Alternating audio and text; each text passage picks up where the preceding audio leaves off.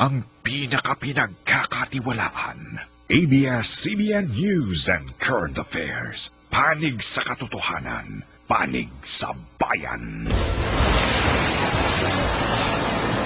Sa ulo ng mga nagbabagang balita, oil tanker sumabog at nasunog, isa patay, 13 sasakyan na damay.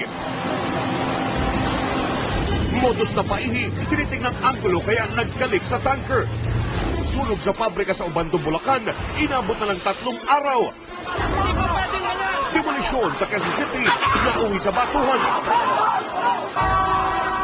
Bus operator sa Metro Manila, humihingi ng 7.50 dagdag sa pasahe.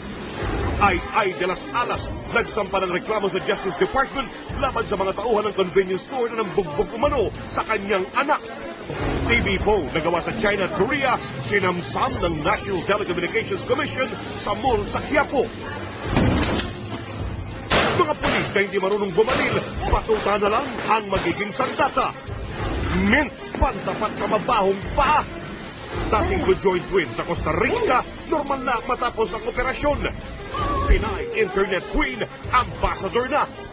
At sulyapan ang bagong figura nina Aiko, Carlene at Rika.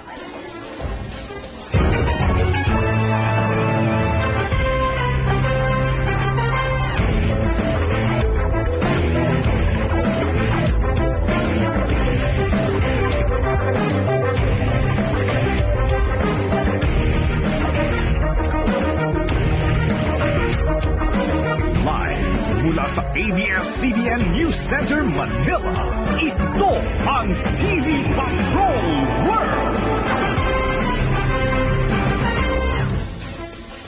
Magandang gabi, Pilipinas! Kami ang mga patrol ng Pilipino. Nagbabalita at naglilingkod sa inyo saan man sa mundo. Nasunog ang 13 sasakyan matapos magliyab at sumabog ang isang oil tanker sa Nagtahan Bridge sa Maynila kahapon.